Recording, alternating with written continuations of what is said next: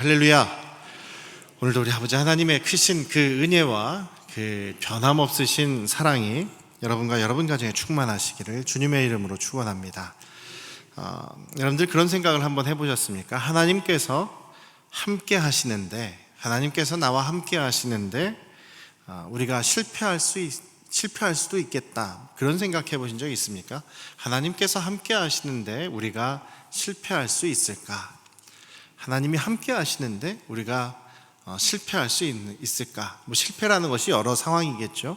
우리 이 이스라엘, 지금 현재 가나안 땅에서 정복 전쟁을 하고 있는 이스라엘에게서는 그 실패라는 것이 패배가 되겠죠.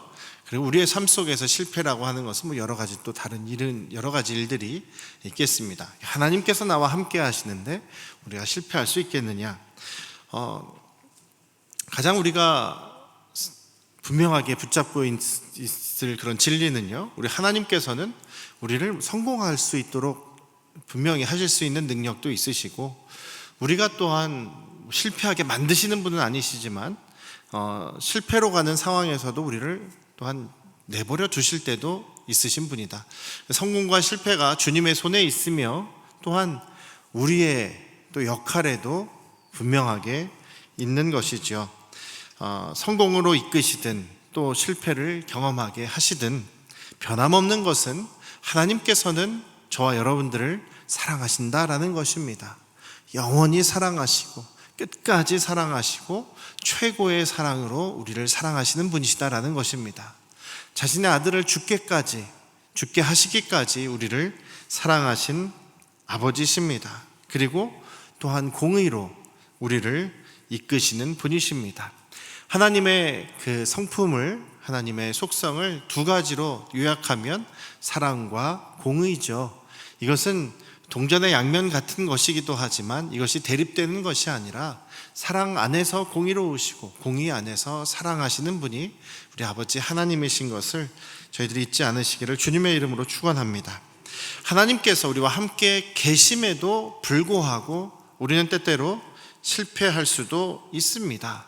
근데 그것은 하나님은 우리와 함께 안 계시기 때문에가 아닌 것이라 문제는 우리에게 있는 것이 아닌가라는 생각을 해봅니다. 성경에서도 그 예를 찾아볼 수 있지요. 많은 예들이 있습니다. 하나님께서 이스라엘과 함께 하시지만 그들은 때로 성공하고 그들은 또 많이 실패합니다.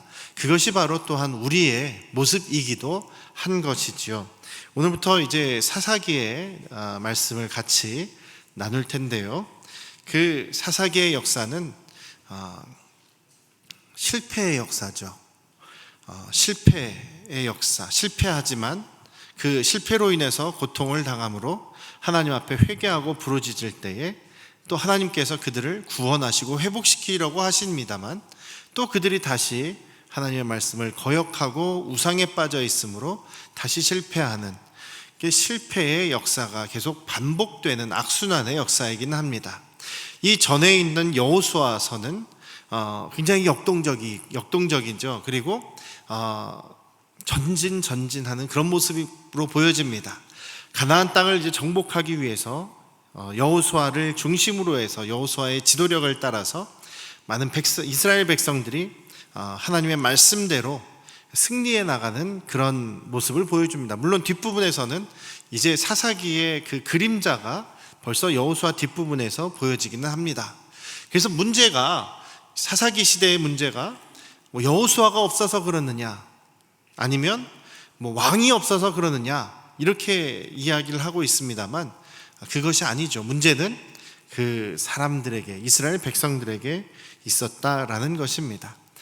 그래서 우리가 오늘 이 말씀을 통해서 그럼 과연 나의 문제는 무엇인가, 또 나의 더 변해야 되는 것은 무엇인가라는 것을 한번 생각해 보는 시간 되시기를 주님의 이름으로 부탁드립니다. 여호수아서도 그렇고요, 사사기서도 그렇고 그냥 읽어 내려가면 이스라엘 백성들이 이제 이집트에서 나와서 가나안 땅에 들어가게 되는데 거기에는 이미 가나안 여러 원주민들이, 토착 민족들이 살고 있지 않습니까? 이미 자리를 잡고 살아가고 있는데 어찌 보면 외부 사람인 이 이스라엘 백성들이 그 가나안 땅에 침입을 해서 그 원주민들을 막 죽이고 멸망시키고 또 몰아내고 그 자리를 떡하니 빼앗는 것 같은 그런 모습처럼 느껴질 수가 있습니다. 마치 우리 근대 시대에 유럽의 이 강한 나라들이 신대륙 발견이라는 명목으로 이미 원주민들이, 거기에 토착민들이 살고 있음에도 불구하고 거기를 무력으로, 힘으로, 무기로 점령을 하고 수많은 원주민들을 죽이고 그리고 자기들의 영토로 삼아버리는 뭐 그런 내용, 그런 모습하고 좀 겹쳐 보이지 않는가 하는 것이죠. 그런데 그러면 하나님께서 여기 그래서 이 여호수아서나 사사기서에 보면 가나안 족속을 쳐서 진멸해라, 완전히 멸망시켜라, 그리고 그들을 쫓아내라 라는 명령을 계속 내리십니다. 계속 반복해서 등장하는 내용이 이 내용인데, 그럼 하나님께서 왜 이 가나안 민족, 토착민들을, 이미 살고 있는 사람들을 하나님께서 왜 전멸시키고 쫓아내고 또 몰아내라고 하시냐라는 것이죠. 하나님께서 원래 태초에 에덴을 만드시고 거기에 동산에 가꾸시고 사람을 거기다 놓으시면서 거기에서 하나님께서 그들에게 축복하시죠. 생육하고 번성하고 땅에 충만하라, 땅을 다스려라, 돌봐라, 그리고 이 땅을 계속 넓혀가라라고 말씀하십니다.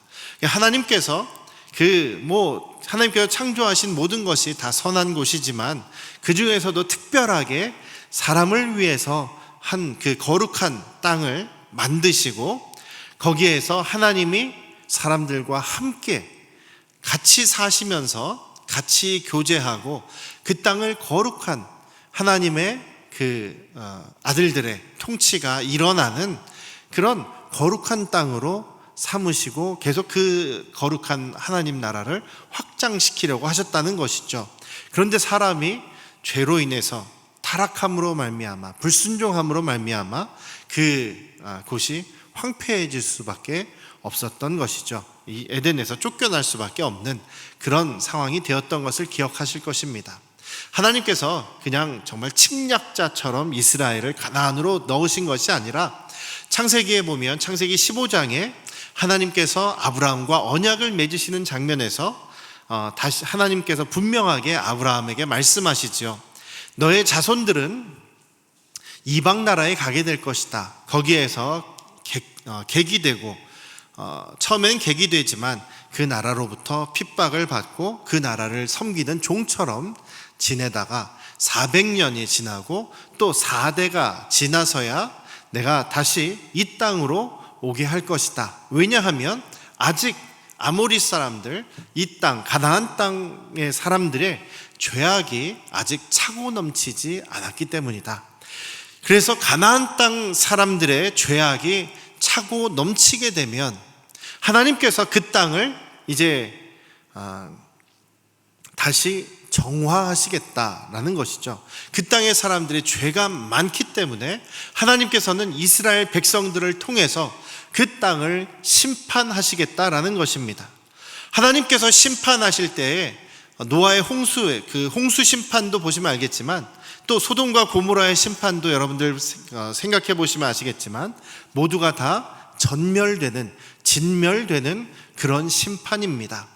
왜냐하면 그 죄의 가지들을, 뿌리들까지 다 없애버리시기 위한 것이었습니다. 그리고 그 죄로 인해서 저주받은 그 땅을, 죄악으로 인해 악해진 그 땅을 하나님께서 깨끗하게 정화시키시기 위한 것이었습니다. 그래서 하나님께서 이 이스라엘 백성들에게 가나안 땅, 가나안 족속들을 쳐서 멸망시키고 그 다음에 다 쫓아내라, 몰아내라 라고 하신 것은 가나안 땅에 그 가나안 민족들의 죄악이 이제는 너무나 크기 때문이다. 그래서 그 죄악을 이스라엘 사람들을, 백성들을 통해서 심판하기 위한 것이다. 그리고 그 땅을 정결하게 하심으로 이제 하나님께서 이스라엘 백성을 그 정결한 땅에 살게 하시면서 하나님의 그 성품, 하나님의 성품인 정의와 사랑의 그 성품으로 그 백성들이 하나님 앞에 순종함으로 하나님의 백성이 되어서 하나님의 다스리심을 받는 그런 이 전 세계의 복의 근원이 되는 나라가 되게 하시기 위한 것이었습니다.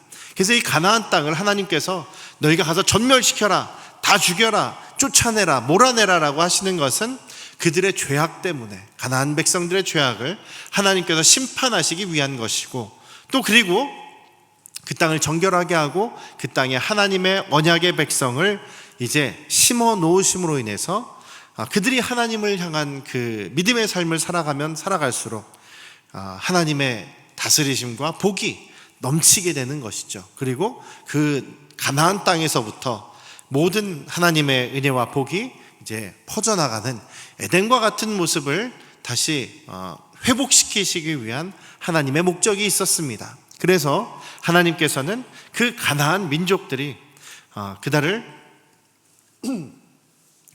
전멸시키고 또 그들을 쫓아내라라고 말씀하신 것입니다. 그런데 이스라엘 백성들이 어느 정도 초반에는 여호수아 시대에는, 그리고 또 사사기 처음에도요, 여호수아가 없어서 지금 이들이 하나님의 음성을 못 듣고 또한 하나님의 도우심을 못 받은 것이 아니었습니다. 사사기 1장 시작하면서 보면 이제 유다 지파가 이제 이 백성들이 모여서 하나님께 여쭤봅니다. 하나님, 이제 어느 지파가 먼저 싸우러 올라가겠습니까? 그랬더니 하나님께서 유다 지파가 먼저 나가라라고 말씀하셨다는 것이죠. 그러니까 여호수아가 죽었지만 하나님의 말씀이 없어진 것이 아니고 하나님의 뜻을 그들이 모르는 것도 아니라는 이야기입니다. 그들은 하나님의 말씀을 듣고 이제 유다 지파가 앞장서서 싸우게 됩니다. 그리고 또 승승장구하게 됩니다. 그래서 1장 중간까지는 유다 자손들이 또 유다의 그 형제인 시므온 자손들이 함께 나가서 싸워서 이기는 그런 내용들이 일어나는 것이죠. 온니엘이 이기고 갈렙이 이기는 그런 승리의 이야기들이 기록이 됩니다. 그런데 1장 19절부터 좀 다른 내용이 나오기 시작합니다. 사사기 1장 19절이 굉장히 좀 이상하기도 하고 중요한 그런 구절인데요. 한번 보시겠습니까? 사사기 1장 19절을 한번 같이 보시죠. 같이 읽을 수는 없습니다만 사사기 1장 19절 말씀을 제가 읽어드리겠습니다.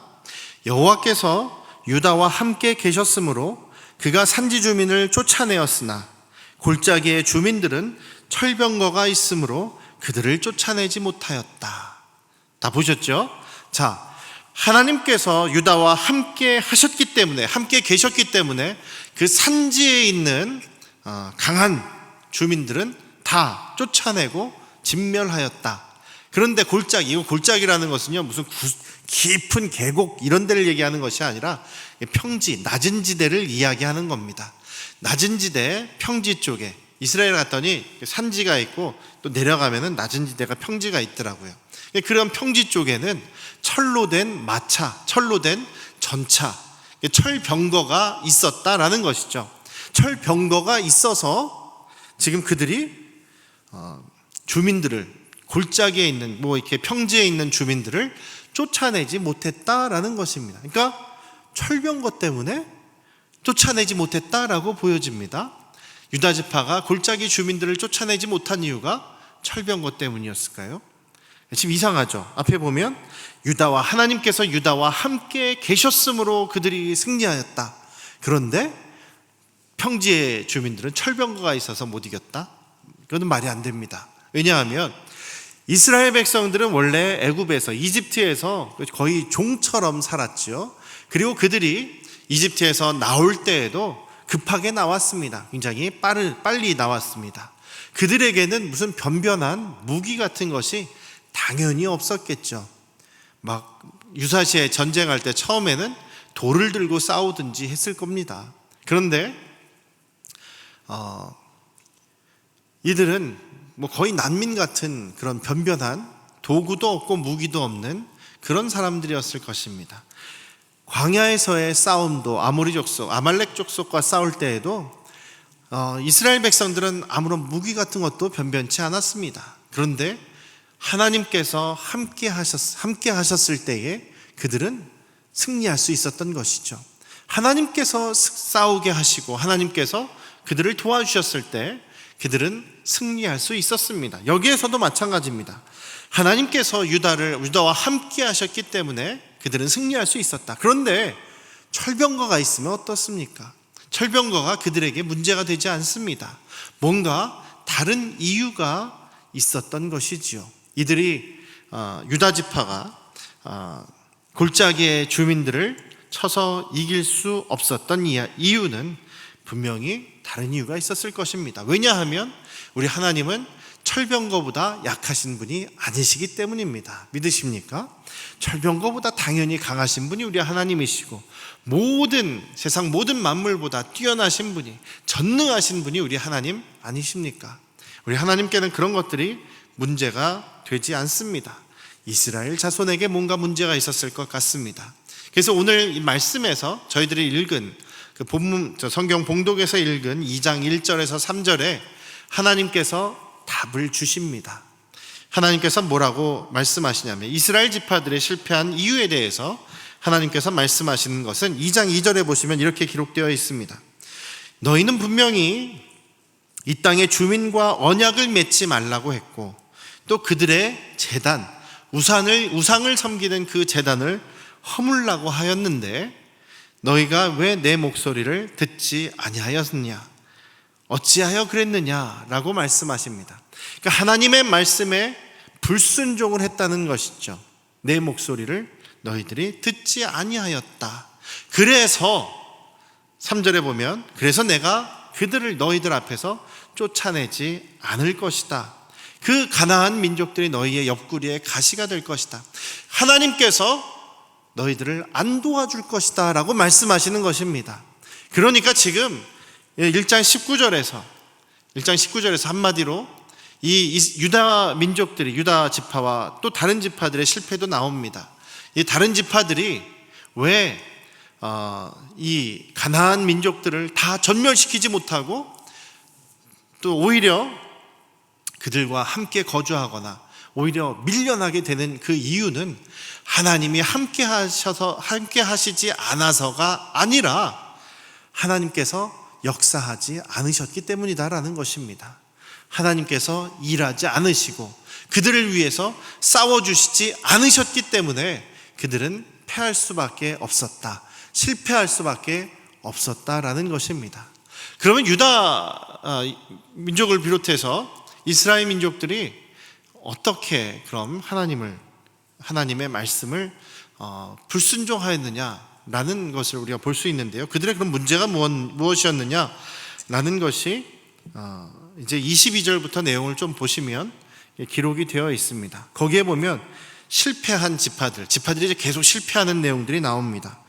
유다 지파도 철병거가 있는 그 평지에 주민들을 쫓아내지 못했다라고 되어 있죠. 그리고 21절에 보시면 베냐민 자손은 예루살렘에 거주하는 여부수 족속을 쫓아내지 못했다. 또 27절에 므낫세가 또 쫓아내지 못했다. 28절에 쫓아내지 못했다라고 되어 있고 29절에 에브라임도 쫓아내지 못했다. 30절에 스불론도 쫓아내지 못했다.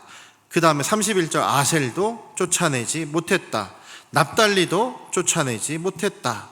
단 자손은요, 34절에 여러분들 보시면 단 자손은 오히려 아모리 족속에게 밀려 올라갔다. 그래서 산지에 산 높은 곳에 단 지파가 거기서 살게 되고 내려오면 죽는다 이렇게 협박을 당하자 아예 평지로 내려오지도 못했다 이렇게 기록이 되어 있습니다. 지파들이 계속 실패한 얘기가 나오죠. 쫓아내지 못했다 혹은 쫓아내지 않았다라고도 표현이 됩니다. 어떤 문제가 있었을까요? 첫 번째는 그들 안에 요셉 지파와 같은 경우는 과시욕이 있었습니다.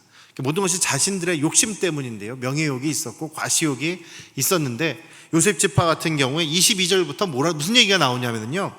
베델이라는 이제 성을 다시 칠 때 완전히 멸망시키려고 할 때 거기를 이제 정찰하러 갔습니다. 정탐하러 갔습니다. 그런데 그 성에서 어떤 한 사람이 나오는 것을 이들이 보고 그 사람을 잡았어요.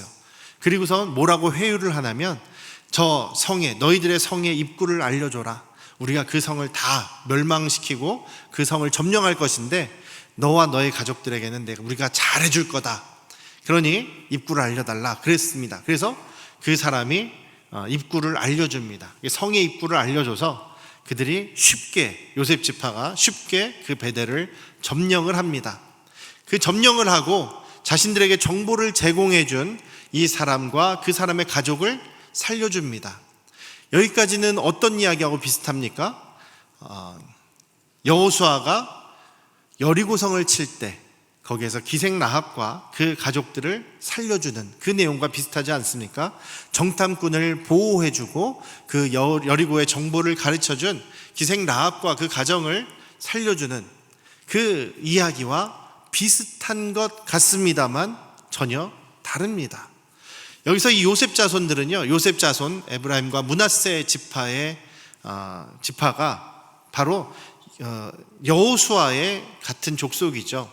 에브라임 지파 소속이니까요. 저희 여호수아가 에브라임 지파에서 난 사람이니까요. 자기 친척들입니다. 그러니까 여호수아 흉내를 내는 겁니다. 그리고 여호수아, 우리 봤지, 우리가 이렇게 했어라는 것을 드러내기 위해서 여호수아와 같은 일을 합니다.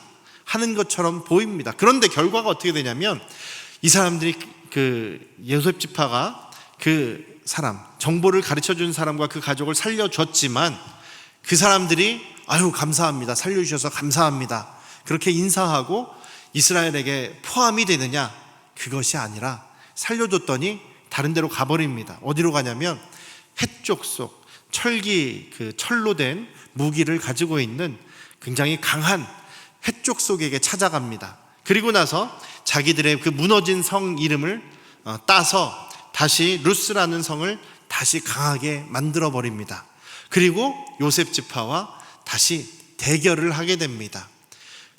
그래서 요셉 지파는 하나님의 말씀을 완전히 순종하지 않고 전멸시키라는, 그 전멸하라는 말씀에 순종하지 않고 자기들의 그 과시욕 때문에, 자기들이 우리가 여호수아를 계승한다라고 하는 그 명예욕 때문에 이를 그르치게 만 것이죠. 하나님의 말씀에 순종하지 않은 것입니다.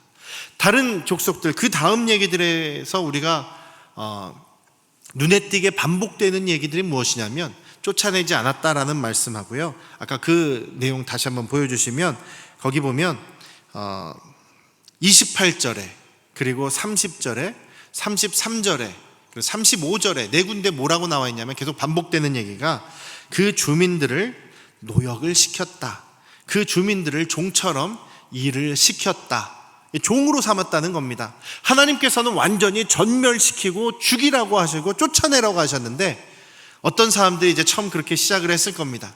그 가나안 사람들 죽이지 않고 우리 종으로 삼아서 종처럼 이제 우리 밭도 갈게 하고 집안일도 하게 하고 청소시키고 음식 만드는 거 하고 일을 시켰더니 너무나 편하더라. 그리고 가만히 앉아 있어도 우리 집 재산이 막 쌓여간다, 이런 얘기를 했던지 이런 모습을 보여줬겠죠. 그랬더니 그 다음부터 너도 나도 가나안 사람들 죽이는 것이 아니라 자신들의 종으로 삼습니다. 하나님께서는 누구도 종으로 삼는 것을 원하지 않으셨습니다. 그리고 이 죄를 지은, 죄가 많은 이 가나안 족속의 사람들은 다 죽이고 다 멸망시키고 쫓아내라고 말씀하셨습니다. 그런데 이들은 자신들의 힘이 강했을 때 저 사람들을 전멸시킨 것이 아니라 살려두고 자기들의 종으로 삼았다.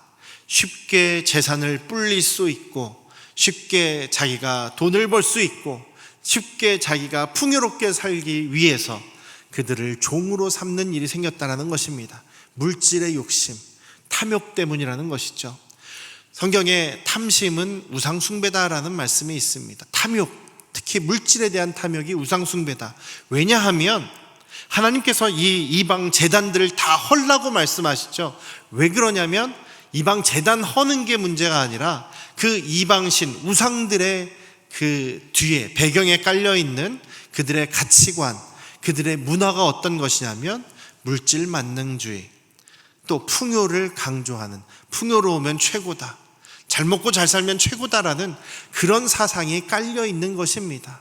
바알 신상이 그렇고 아세라 신이 그렇고 세상의 모든 신들은 너희가 나에게 경배해라, 나를 섬기면 너희를 잘 먹게 해주겠다, 잘 살게 해주겠다, 이런 약속을 하는 것이 바로 이방 신들 아니겠습니까? 지금 가나안 땅에 지금 전멸시키기 위해서 하나님의 심판의 대리자로 지금 나가 있는 이스라엘 백성들이 그들의 우상 문화에 물들어 있다라는 것입니다. 쉽게 물들어 버렸다라는 것입니다. 그래서 그들을 전멸시킬 수 있을 때 전멸시키지 않고 자기들의 종처럼, 종으로 삼아서 노역을 시키는, 종으로 부리는 그런 일을 했다는 것이죠. 이것이 바로 하나님께서 말씀하시는 너희가 내 말을 듣지 않았던 것이다, 그들과 언약을 맺고 그들의 제단을 허물지 않은 그것이 너희들이 바로 나에게 불순종한 모습이다 라고 하나님께서 말씀하시는 것입니다. 하나님께서 함께 하시지 않으셔서 이스라엘 백성들이 지금 어려움을 당하는 것이 아니다, 실패한 것이 아니라 하나님께서 그들의 불순종 때문에 그들을 돕지 않으시고 그들을 이기지 못하게 내버려 두신 것이죠.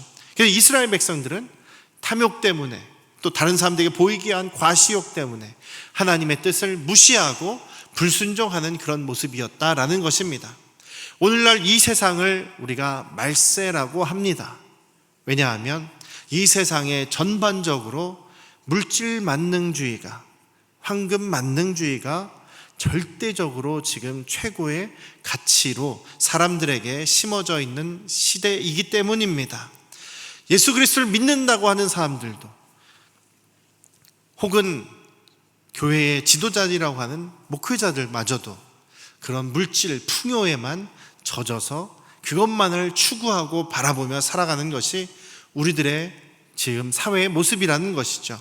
자기의 이익을 위해서는 다른 사람들을 밟고 올라서도 되고, 다른 사람들을 종처럼 부리기도 하고, 다른 사람들에게 피해를 가게도 하는 이런 모습들은 하나님께서 미워하시는 우상숭배의 모습이다라는 것입니다. 사랑하는 우리 안양 성도교회 가족 여러분, 우리의 삶 속에서 우리 예수 그리스도께서 우리의 주인 되심을 우리가 늘 잊지 않고 그것을 붙잡고 살아갈 수 있기를 주님의 이름으로 축원합니다.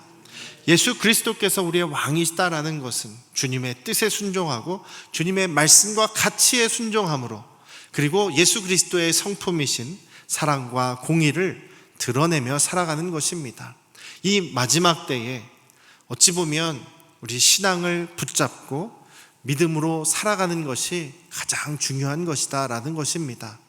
때때로 우리 젊은 친구들이, 또 어린 학생들이 교회 나가서 예배 드리면 뭐가 더 달라지냐, 뭐가 유익하냐, 그냥 그 시간에 공부 더 하고 그 시간에 더 재밌게 놀고 그러는 게 좋지 않겠느냐, 그런 이야기들 하는 사람들이 많이 있습니다. 근데 전혀 그런 것이지 아니지요. 전도서에도 그렇게 말씀하고 있습니다. 너희들 젊을 때에 너희들이 하고 싶은 대로, 너희들이 원하는 대로 다 해봐라. 그러나 그것이 끝이 아니다. 그 모든 일로 인해서 하나님은 너희를 심판하실 것이다. 우리에게 있어서 가장 중요한 것은 하나님의 말씀대로 살아가는 것. 누가 주인이냐? 예수 그리스도께서 주인 되셔서 살아가는 것이지, 내가 나의 욕심대로 내가 주인 되어서 살아간다면 우리는 멸망과 심판밖에는 기다리지 않는다라는 것을 우리가 오늘도 잊지 않으시면서, 오늘도 그 주님의 말씀을 붙잡고 주님의 성품을 드러내시는 저희들, 순종하는 저희들, 세상에 있는 풍요를 쫓아가는 것이 아니라 주님의 사랑과 주님의 공의, 그 주님의 희생을 따라가는 우리 안양 성도교회 가족들 되시기를 주님의 이름으로 축원합니다. 기도하시겠습니다.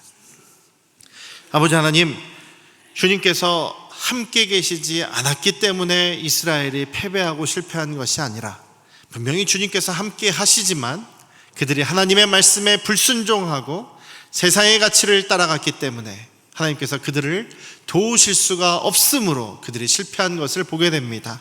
우리의 삶 속에서도 마찬가지입니다. 오직 예수 그리스도께서 우리의 주인이시니 주님의 사랑과 공의와 주님의 희생의 가치를 따라 주님의 성품을 드러내며 주님의 말씀에 순종함으로 우리가 이 마지막 때에 알곡처럼 드러나 주님의 그 귀한 구원의 역사를 저희들이 누리는 복된 우리 안양 성도교회 가족들 되도록 인도하여 주시옵소서.